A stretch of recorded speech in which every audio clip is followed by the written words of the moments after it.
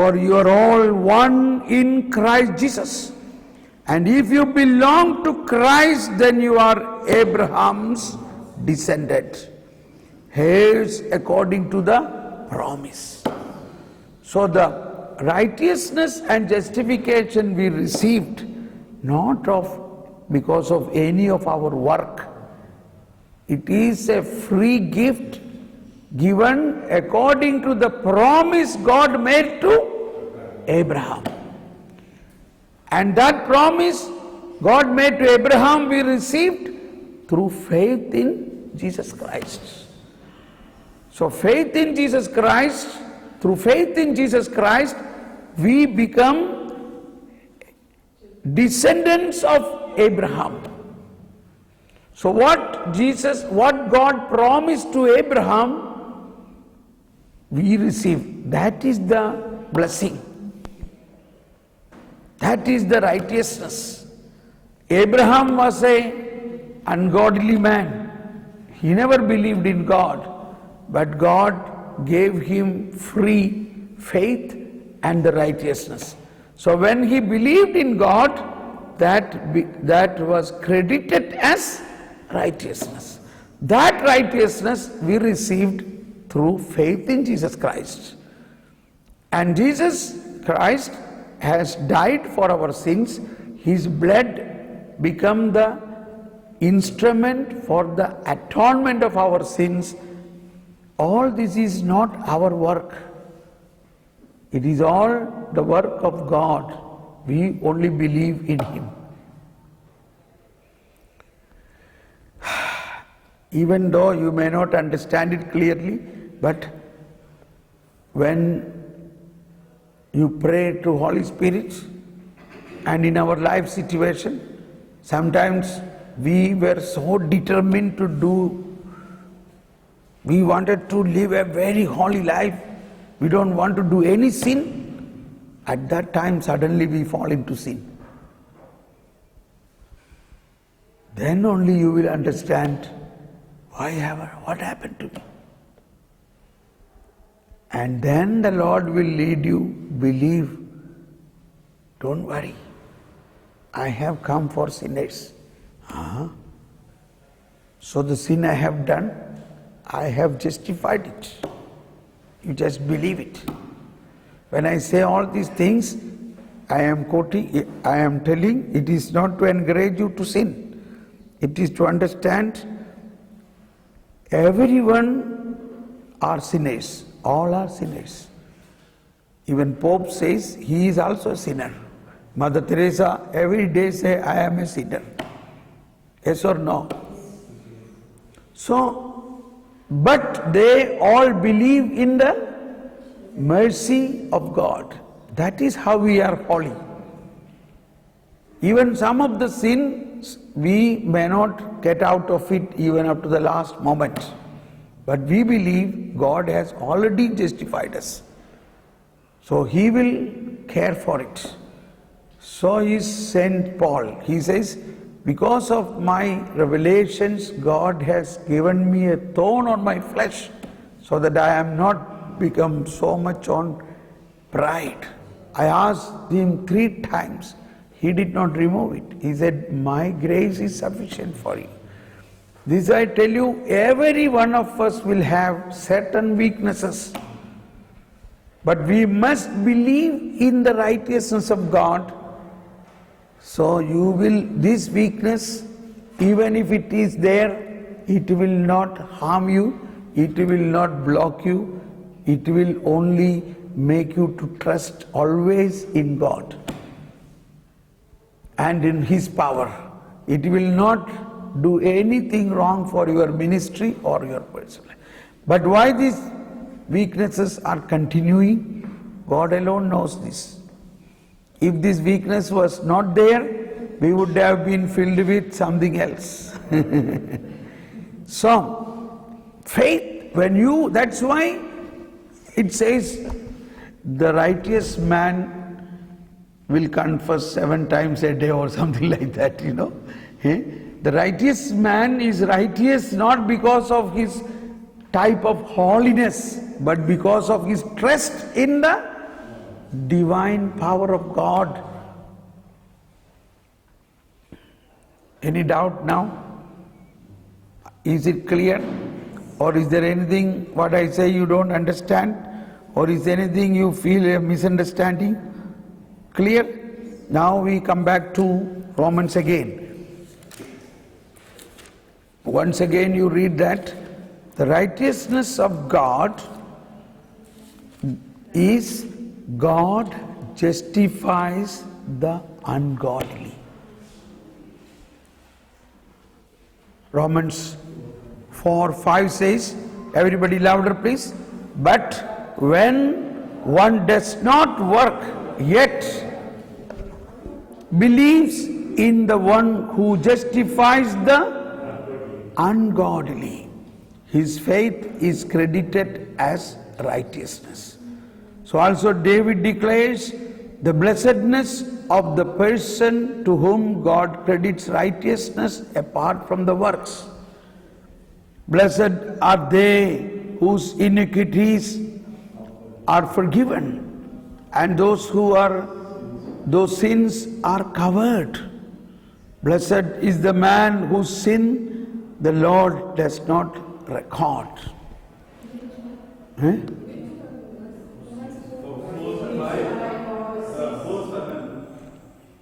Romans chapter 4, 7 and 8. It is a quote from the Psalm. Okay, now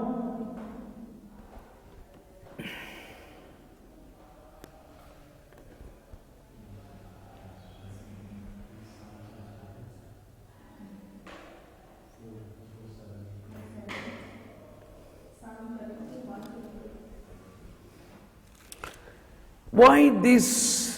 Let's go to Romans chapter 10. Romans chapter 10. Again we are coming to St. Paul's teaching, because St. Paul himself was a Pharisee, so he can easily understand why the Pharisees were not able to understand this righteousness.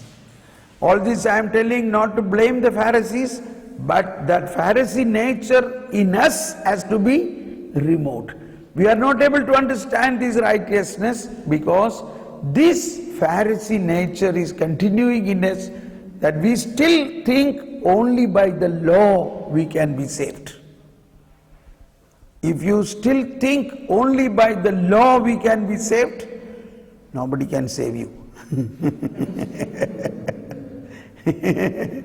You understand? Nobody can save you. You are only in fear. Oh, punishment, punishment, punishment. We are in a transition state. That is why yesterday I was so happy to hear Father Henry's preaching, because he was long time in Rome, so he knows the heart of the Holy Father is there, you know. If you learn the teachings of the Holy Father, it is completely different than our local teachings. Sorry. You just listen to the Holy Father. He says, the gospel is this, that welcome all sinners. Jesus welcomed the sinners, opened the church for the sinners. Everybody come at my table and eat. It is the words of Jesus, and that is what Pope Francis is exactly doing now. But many traditional Christians cannot accept this. Why is traditionally on Maundy Thursday we used to wash the feet of the men, you know. But he says, he says everybody are welcome, not only men. Yeah. Because when you think about the heart of the gospel, we feel joy about it. Jesus came not for Christians, Jesus came for everybody. So that way, if you accept, then only what all this I am telling this to put you, to make us understand what is our faith means. Faith in Jesus means that Jesus has come for all, for sinners, and He already done it. So when we see a sinner, we must have the same compassion. In the context of Europe, very often I encounter very, very difficult people.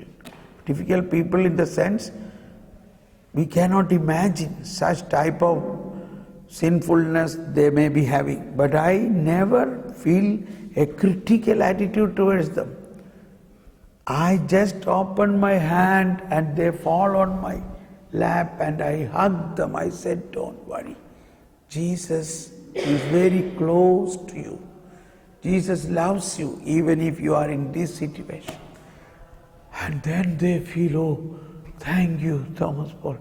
I thought you will shout at me, you will scream at me, you will reject me, you will not accept me. When you accepted me, when you guided me to the mercy of God, I feel no fear now. That's it. It's very, and I never done it. I feel my heart is overflowing with a special love of Jesus when I meet such people. That I have experienced this. It is not I am doing consciously. A love of God flow through us to them. And they can feel. Often in that situation, I don't have to speak anything. I don't speak. I just hug them. And I remain in that hug few minutes even. And then they start speaking. And they say, thank you, thank you, thank you. This is what Pope Francis, quoting Saint Francis Assisi. One of the famous words of Francis Assisi, preach the good news. If necessary, use the words. I think this is something like that. Once a woman said her husband is a chronic alcohol. She is from Kerala, but she lives abroad. Can you please do something? I said, I can meet him, I can pray for him, I can give him a counseling. Oh no, but he will not come for the retreat. He don't want to come for a retreat. I said, at least ask him to come and see me outside the retreat house. So he agreed. He said, I will just see him. That's all. I said, okay. So as soon as I got down from the car, he was waiting there. He came running, said, I am that person whom, somebody, my wife talked to you. Oh, you are that person. Good. I shook hand with him and then I hugged him. When I hugged him, I don't know, I felt Jesus is jumping from my heart to his heart. I did not say anything. I knew his whole history. I knew his problem. He is not able to stop his alcoholism. All people blame him. Everybody reject him. Nobody like him. He is good for nothing. But I loved him in the love of that Jesus. We remained like that few minutes. I could feel his tears falling down on my shoulders. And around 5 minutes we remained like that. I did not speak anything to him. After that I opened my arms. He wiped his tears away. He said, thank you, Thomas Paul. Goodbye. He went away. After a couple of days, his wife called me and said, from that moment, he is not drinking. Praise the Lord. Proclaim the good news. If necessary, use the words. The heart of the good news is this immense love of God, mercy of God, who do not or who justifies the ungodly. Once you believe in that, once you experience that, you will have no rest.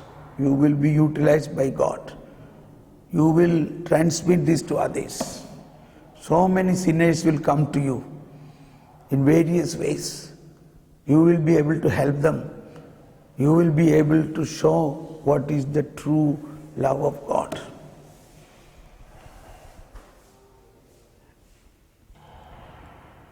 Okay, so come back to Romans 10. St. Paul's heart is longing for his brothers, the Jews. He says, brothers, my heart desire, Romans 10, 1 to 5 or 1 to 4. Brothers, my heart desires and prayer to God on their behalf is for salvation. That is about the Jewish community, the Pharisees. Testify with regard to them that they have zeal for God. They have zeal for God. Say everybody, they have zeal for God, but is not discerning. Yeah. It is not enlightened. What is the good news says? My brothers and sisters, how I wish with all my heart that my own people might be saved. Yes, continue. I pray to God for them. I can assure you that they are deeply devoted to God. They are deeply devoted to God. They have a zeal. And what is next? But their devotion is not based on true knowledge. Their devotion is not based on true knowledge. What is here? Zealous. They have zeal, they are zealous, but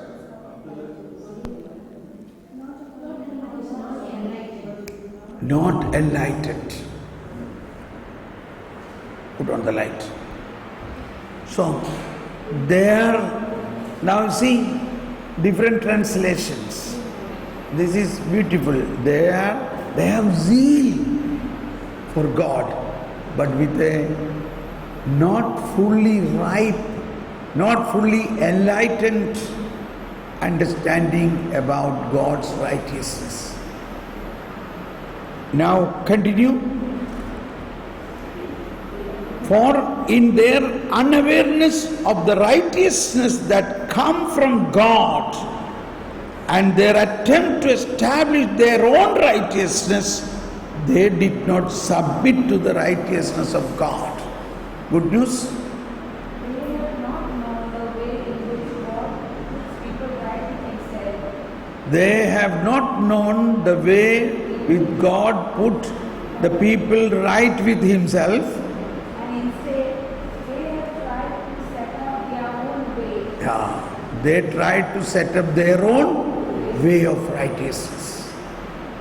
What is? For being ignorant of the righteousness For being ignorant about the righteousness of that come from God, and seeking to establish their own, thinking to establish their own, they have not submitted to the God's righteousness. God's righteousness. This is the Pharisee nature. The risk, the difficulty. One reason is it was not revealed to them at that time. It was not open to the universe at that time. But from the prophets, they should have, they should have gained it. So this is a process. This enlightenment is revealed through coming of the Messiah. But yet, it completely revealed only after the resurrection and Pentecost. There we are. And that is how St. Paul received the revelation. So before that time, they had zeal, but not with the right knowledge, right awareness. The right word is right enlightenment. Because now you read the next word, that is beautiful. Next word is because of the ignorance about the righteousness of God. Then because of the ignorance about the righteousness of God, thinking to establish, so they thought to establish their own righteousness, human righteousness. That is how they began to punish. That is completely against the righteousness of God. They began to punish the sinners. So they go running behind a sinner, they find the sinners and they get some proof or witnesses, then they punish. On the contrary, Jesus also go behind the sinner. They find the sinner, he find the sinner, and he give his life to save you. That's the difference of the two righteousness. Now in our situation, now I am going to criticize. Then only we understand. Convent school, parish, prayer group, anywhere. Sorry to say, whether priest or bishop, very careful. We see only sinners and we all immediately correct them, find fault with them, send people, you search, this person is very dangerous, okay? So you go behind and find out the proof and send him away. Send him away. Convent, oh, this girl is dangerous. She is not correct. Send her away. That sister, there are sisters who gave their life 25 years. Jubilee is over, even though they are sent them away. Seminarians, 10 years are in the seminary, in the last minute, no, you are not fit for becoming a priest. Go.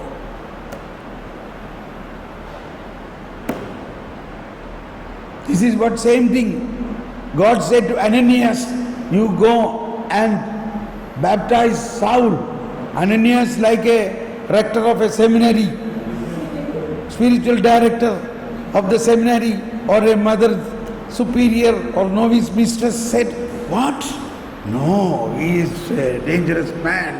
He is working against us. How can we baptize? And Jesus said, I am telling you, he is a chosen one. Will any rector will do this? Will any novice mistress will do such things? This is where change needed. All those who are coming in our seminary or in the religious novitiates, none of them are perfect, nor the superiors, nor the husband and wife. Whom are you married? Are you married? This is another interesting thing. Once a woman came and said, oh Thomas, my husband is like this, like this. Oh, only complaints and complaints. I then asked her, then whom you want? You want Padre Pio to marry you? Or Francis Assisi to marry you? But unfortunately they never married.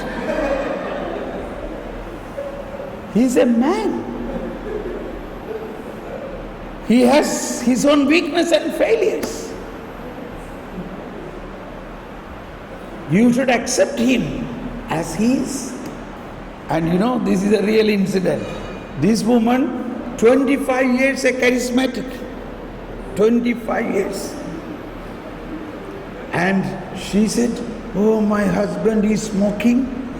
He come to the church and sitting leg upon leg.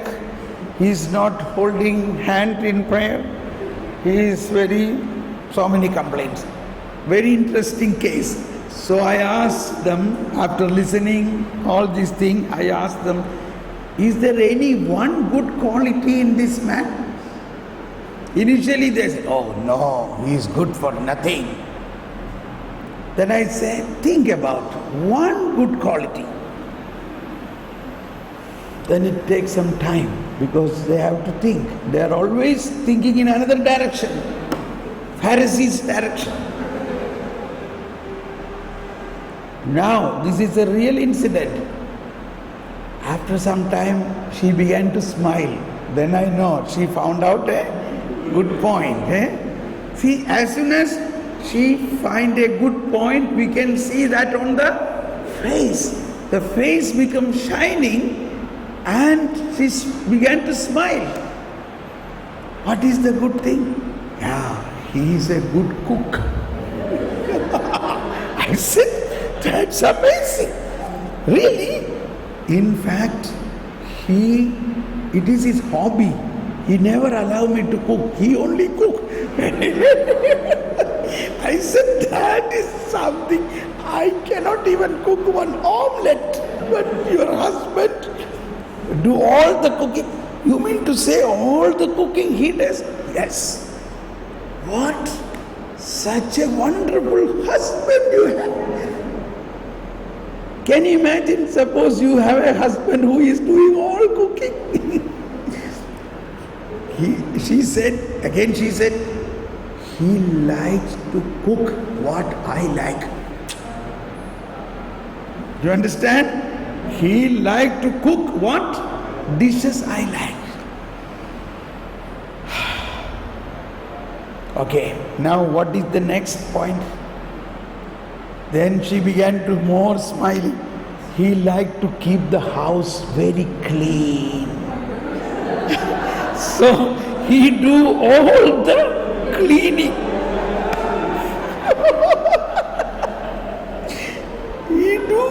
He does all the cleaning. And she said that is his hobby. My God. Mopping, cleaning, everything tidy in the right place. I said, then what have you to do at home? He is doing the cooking, he is doing the cleaning. He don't like servants and others do it. He wants to do it by himself. And third thing, he is a good gardener. You must see the house outside.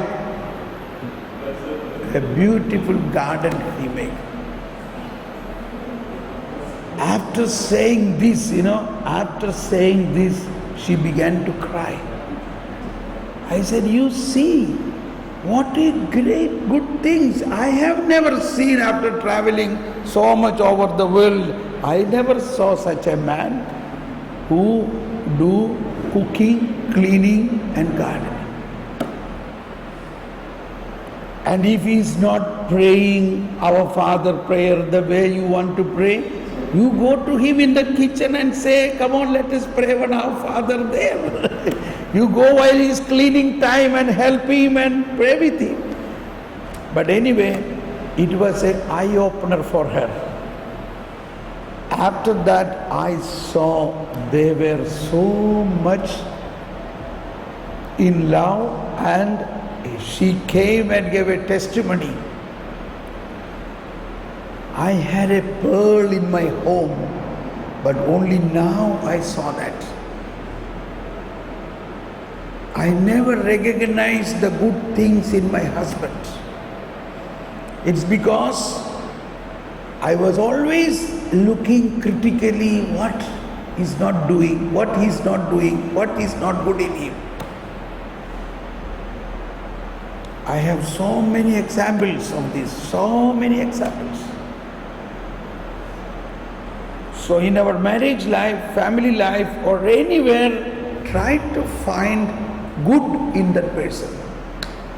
When you find the good in the person, that is like a bright light. It changes everything.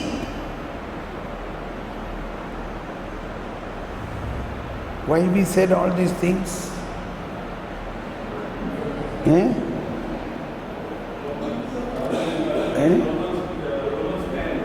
Romans 10, yes, Romans 10.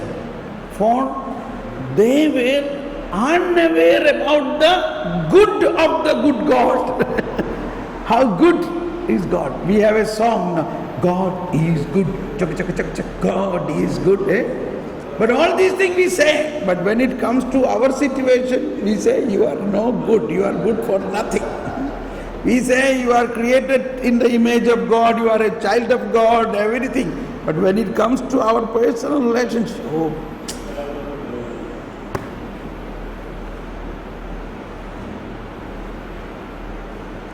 Once, one of my team member, everybody said, that person cannot fit in our team, we have to send her out.